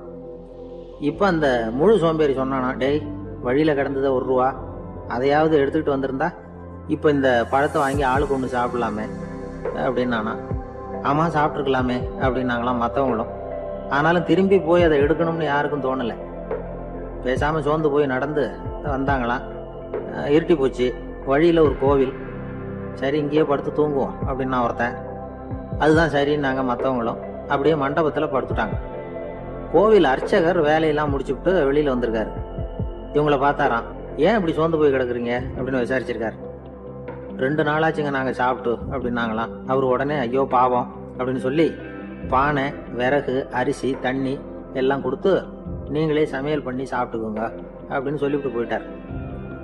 இந்த 4 பேருக்கும் சமையல் பண்ணி சாப்பிடணும்னு ஆசையாக தான் இருந்தது. ஆனால் அடுப்பு பற்ற வைக்கணுமே, அதுக்கு தீப்பெட்டி வேணுமே. தீப்பெட்டி இல்லை. இப்போ முழு சோம்பேறி ஆரம்பிச்சான். அடுத்தவனை பார்த்து, டேய் கடைக்கு போய் ஒரு தீப்பெட்டி வாங்கிட்டு வாயேன் அப்படின்னு நானான். அவன் வழக்கம் போல அடுத்தவங்க கிட்ட சொல்லியிருக்கான். அவன் அதுக்கு அடுத்தவங்க கிட்ட சொல்லியிருக்கிறான். கடைசியா கால் சோம்பேறி கிட்ட வந்து சேர்ந்தது. அவனும் அது நம்மால முடியாது அப்படின்னு பேசாம இருந்துட்டான். இப்ப தீப்பெட்டி வேணுமே, அதுக்கு என்ன பண்றது? அவங்களுக்குள்ள பேசி ஒரு முடிவுக்கு வந்தாங்களாம். அதாவது யாரு முதல்ல வாயை திறந்து பேசுறாங்களோ அவங்க தான் தீப்பெட்டி வாங்கறதுக்கு போகணும் அப்படின்னு. அவ்வளவுதான். உடனே 4 பேரும் வாயை கெட்டியா மூடிட்டு படுத்துக்கிட்டாங்க. அவங்க சமையல் பண்ணி சாப்பிட்டாங்களா என்ன அப்படிங்கிறது அர்ச்சகருக்கு தெரியல. சரி பார்த்துட்டு வரலாமேன்னு வந்தார். வந்து பார்க்குறாரு, இவங்க 4 பேரும் அசையாம படுத்து கிடக்குறாங்க. அர்ச்சகர் பயந்துட்டார். ஒருவேளை பசி தாங்காம செத்து போட்டாங்களோ அப்படிங்கிற பயம், அல்லது நாம கொடுத்த உணவுப் பொருள்ல ஏதாவது விஷம் கலந்துருக்குமோ அப்படின்னு பயந்தார். அப்படின்னா நம்ம மேல பழி வந்துருமே அப்படின்னு நினைச்சு நடுங்க ஆரம்பிச்சுட்டார். அப்புறம் அவரும் ஒரு முடிவுக்கு வந்தாராம். கோவிலுக்கு பக்கத்திலேயே ஒரு பெரிய குழி இருந்தது. அதுல ஒவ்வொருத்தரையா இழுத்துக்கிட்டு போய் போட்டார். கொஞ்சம் மண்ணை தள்ளினார். காலால மிதிச்சார். அவர் மிதிச்ச மிதி ஒருத்தன் அடி வயத்துல போட்டுவிட்டது. அவன் உடனே வலி தாங்காம ஐயோ அம்மான்னு அலர்னான். உடனே நடந்தது என்ன தெரியுமா? மற்ற 3 பேரும் துள்ளி எழுந்திருச்சாங்களாம். அவனை பார்த்து நீ தாண்டா தீப்பெட்டி வாங்க போகணும், நீ தாண்டா வாங்க போகணும், நீ தான் சத்தம் போட்ட அப்படின்னு சொல்லி ஆரம்பிச்சுட்டாங்களாம். அர்ச்சகர் பார்த்தார். இது பேய் மாதிரி தெரியுதுன்னு நினைச்சுக்கிட்டு ஒரே ஓட்டமா ஓடி போட்டாராம். கிராமப்புறங்கள்ல இப்படி ஒரு கதையை சொல்றது உண்டு. சோம்பல்ங்கிறது நம்ம முன்னேற்றத்துக்கு பெரிய தடை அப்படிங்கிறத நாம புரிஞ்சுக்கணும். அதுதான் இந்த கதை சொல்ற நீதி. ஒரு ஆள் இருந்தான். நிறைய பணம் சம்பாதிச்சான். ஆனா செலவு பண்ண மனசு வரல, கருமி. அவன் என்ன பண்ணா, சேர்த்த பணம் பூராவையும் ஒரு மரத்தடியில புதைச்சி வச்சிருந்தான். வாரத்துக்கு ஒரு தடவை அந்த மரத்தடிக்கு வருவான். புதைச்ச இடத்த ஆவலோட பார்த்துக்கிட்டு இருப்பான். அதுக்கப்புறம் போயிடுவான். அவ்வளவுதான். ஒரு நாள் ஒரு திருடன் வந்தான். இவன் புதைச்சி வச்சிருந்ததெல்லாம் எடுத்துட்டு போட்டான். இது தெரிஞ்சு போச்சு. அந்த கருமி புலம்ப ஆரம்பிச்சுட்டான். இவன் புலம்பலை கேட்டதும் அக்கம் பக்கத்துல இருந்தவங்க எல்லாம் ஓடி வந்தாங்க. என்ன விஷயம்னு விசாரிச்சாங்க. இவன் சொன்னான். ஒரு பெரியவர் கேட்டார், ஏப்பா வாரம் வந்து இந்த இடத்த பாக்குறதாக சொன்னியே, எப்பவாவது இதுல இருக்கிற பணத்தை எடுத்து செலவு பண்ணிருக்கியா அப்படின்னு கேட்டார். நான் அப்பப்போ வந்து அதை பாக்குறது தான் வழக்கம், அதை தொட்டதே இல்லைன்னு. அவன் சரி அப்படின்னா இப்போவும் நீ அதே மாதிரி வாரம் ஒரு தடவை வந்து இந்த இடத்த பார்த்துட்டு போகலாமே அப்படின்னாராம் அந்த பெரியவர். அதுவும் சரிதானே, எவ்வளவு காலமானாலும் அவன் அந்த பணத்தை எடுத்து செலவு பண்ண போறதில்ல. அப்படி இருக்கிறப்ப உள்ளே பணம் இருந்தாலும் ஒண்ணுதான், இல்லாம போனாலும் ஒண்ணுதான். இதுல இருந்து என்ன புரியுதுன்னா, ஒருத்தர்கிட்ட இருக்கிற பணத்தை கொண்டு அவர் பணக்காரரா ஏழையா அப்படின்னு முடிவு செய்யறது சரியில்லை. அந்த செல்வத்தை அனுபவிக்கிற திறன், பயன்படுத்துற திறன், அதை வச்சுதான் அவர் ஏழையா பணக்காரரா அப்படிங்கிறத நிர்ணயம் பண்ணணும். அதுதான் சரி. செலவு பண்ண தெரியாதவன் சேகரம் பண்ணிட்டே இருக்கிறதுனால என்ன பிரயோஜனம்? தலைமுடியே இல்லாதவன் தாராளமா சீப்புகளை வாங்கி சேகரம் பண்றது மாதிரி தானே இது. சில சமயம் செலவு பண்ண நாம தயாரா இருந்தா கூட அந்த செல்வம் நமக்கு பயன்படுறதில்லை.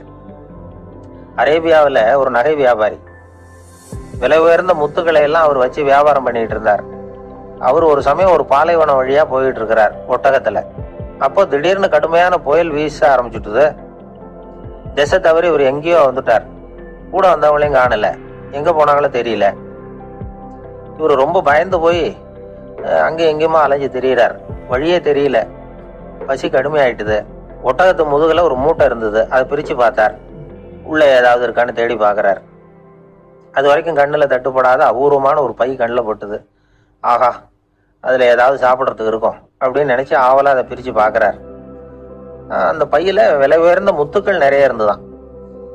அப்பதான் அவர் நினைச்சாராம், விலை உயர்ந்த முத்துக்கள் கூட சாப்பிட்றதுக்கு உணவாக முடியாது அப்படிங்கிறத புரிஞ்சுக்கிட்டாராம். எந்த நேரத்துல எது நமக்கு தேவையோ அது நமக்கு தாராளமா கிடைக்கணும். அப்படி அது கிடைக்கிறதுக்கு நம்ம கிட்ட இருக்கிற செல்வம் பயன்படணும். அது நமக்கும் பயன்படலாம், நம்ம மூலமா அடுத்தவங்களுக்கும் பயன்படலாம். அதுதான் செல்வத்தின் பயன். ஒரு மரத்தடியில ஒருத்தன் உட்காந்து அழுதுகிட்டு இருந்தான். அந்த பக்கமா வந்த இன்னொருத்தன் ஏப்பா அழுதுகிட்டு இருக்கிறேன்னு கேட்டான். இந்த இடத்துலதான் பூமிக்கு அடியில பணம் இருக்குது, புதைச்ச இடம் தெரியல, அதான் அழறேன் அப்படின்னா. நல்லா ஞாபகப்படுத்தி பாரு, எந்த இடத்துல புதைச்ச அப்படின்னு கேட்டான் இவன். அது எப்படி எனக்கு தெரியும், புதைச்சு வச்சிருக்கிறவன் நான் இல்லையே, எங்க எதிர்த்த வீட்டுக்காரன் அப்படின்னு இவன். அந்த ஆளு என்ன கண்ணா பண்ணான்னு திட்டிவிட்டான் சார், அதை நினைச்சா எனக்கு ரொம்ப வருத்தமா இருக்கு அப்படின்னு சொல்லி கவலைப்பட்டார் ஒருத்தர். இதுல கவலைப்படுறதுக்கு என்ன இருக்குது அப்படின்னாரு ஒரு பெரியவர். அவர் ஒரு மகான். என்ன சார் இப்படி சொல்றீங்க, ஒருத்தர் நம்ம பார்த்து திட்டுனா வருத்தமா இருக்காதா அப்படின்னார். அது எப்படி வருத்தமா இருக்கும், திட்டுறதுங்கிறது என்ன, அது வெறும் சத்தம் தானே அப்படின்னார் அந்த பெரியவர். நம்ம ஆளுக்கு தலையை பிச்சுக்கலாம் போல இருந்தது. இருக்காது அப்படின்னா நமக்கு அப்படித்தானே தோணுது. அந்த பெரியவர் சொல்றது ரொம்ப பெரிய விஷயம். அதை நாம புரிஞ்சுக்க முயற்சி பண்ணலாம்னா நடைமுறை வாழ்க்கைக்கு அது ஒத்து வர்றது மாதிரி தெரிய மாட்டேங்குது. இருந்தாலும் அந்த பெரியவர் அதுக்கு என்னதான் விளக்கம் கொடுக்குறாருன்னு பார்ப்போமே. ஒரு ரயில் போயிட்டு இருக்கு, அதுல ஒரு சாது போயிட்டு இருக்கார்.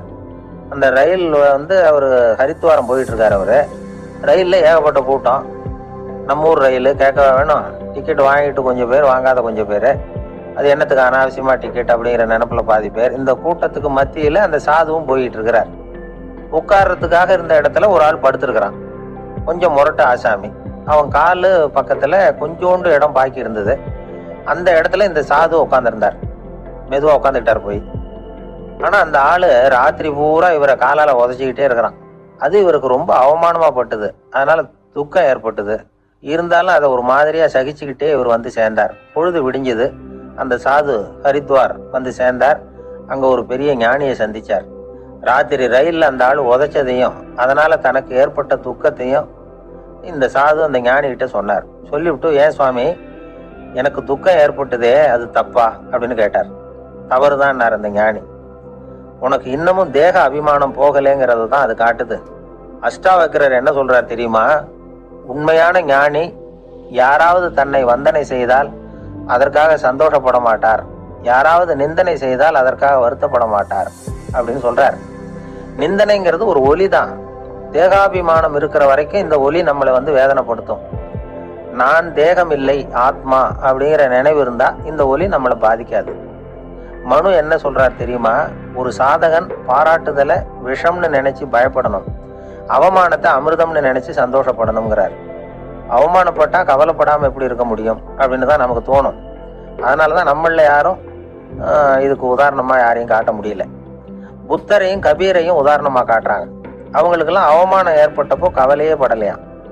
புத்தரை அவமானப்படுத்தணுங்கிறதுக்காக கௌசாம்பி ராணி ஒரு இளம் பெண்ணை கொலை பண்ணி சடலத்தை புத்தர் குடிசைக்கு முன்னாடி போட சொன்னார். போட்டாங்க. புத்தர் தான் அந்த பொண்ணை கெடுத்து கொலை பண்ணி விட்டாருன்னு எல்லாரும் நினைச்சாங்க. ஆனா புத்தர் இதை பத்தி கவலையே படல. அப்புறமா உண்மை தெரிஞ்சதும் புத்தர் புகழ் இன்னும் அதிகமாயிட்டது. ஒரு பெரிய சபையில ஒரு மோசமான பொண்ணு நுழைஞ்சு தனக்கும் கபீருக்கும் சம்பந்தம் உண்டுன்னு சொன்னா கபீர் கவலைப்படல. அவங்க மாதிரியெல்லாம் நாமளும் இருக்க கத்துக்கணும். நிந்தனை, அபகீர்த்தி, அவமானம் எல்லாம் ஆண்டவன் கொடுக்கிற பிரசாதம்னு நினைக்கணும் அப்படின்னு சொல்றார் அந்த ஞானி. இதை கேட்ட இந்த காலத்து ஆசாமி ஒருத்தர், நான் கூட அப்படிதான் சார், யாராவது அவமானப்படுத்தினா கவலைப்பட மாட்டேன். நேத்து கூட ஒருத்தர் என்ன பலார்னு அரைஞ்சுட்டார், நான் கொஞ்சம் கூட கவலைப்படலை, பேசாம வந்துட்டேன்னார். ஏன் அப்படி வந்துட்டீங்க அப்படின்னு. அவர் அரைஞ்சதுலேயும் ஒரு அர்த்தம் இருந்தது, அதனாலதான் அப்படி வந்துட்டேன்னார். ஏன் அரைஞ்சாருன்னு கேட்டேன். 10 வருஷத்துக்கு முன்னாடி 15 ரூபா அவர்கிட்ட கடன் வாங்கினேன், அதை கேட்டு கேட்டு பார்த்துட்டு கடைசியா தான் அரைஞ்சார் அப்படின்னார். ஆண்டவனுடைய பிரசாதம் இவருக்கு அடிக்கடி கிடைக்கும் போல இருக்கு. ஒரு அரசனும் அமைச்சரும் ஒரு நாள் ரொம்ப சாவகாசமா பேசிக்கிட்டு இருந்தாங்களாம். அரசன் அமைச்சரை பார்த்து ஒரு கேள்வி கேட்டிருக்கார். ஏங்க அமைச்சரே, ஆசை இல்லாத ஒரு மனுஷனால இருக்க முடியுமா அப்படின்னு. ஏன் முடியாது, துறவி அப்படிங்கிறவங்க எல்லாம் அப்படிப்பட்டவங்க தானே அப்படின்னாராம் அமைச்சர். அவங்க எல்லாம் உண்மையிலேயே ஆசையை விட்டவங்க தானா அப்படின்னு கேட்டாராம் ராஜா. அப்படிதான் இருக்கணும் அப்படின்னாராம் அமைச்சர். அப்படின்னா ஆசையே இல்லாத ஒரு உண்மையான துறவியை நான் பார்க்கணுமேன்னார். அது என்ன பிரமாதம், அதுக்கு நான் ஏற்பாடு பண்றேன் அப்படின்னுட்டாரு இவரு.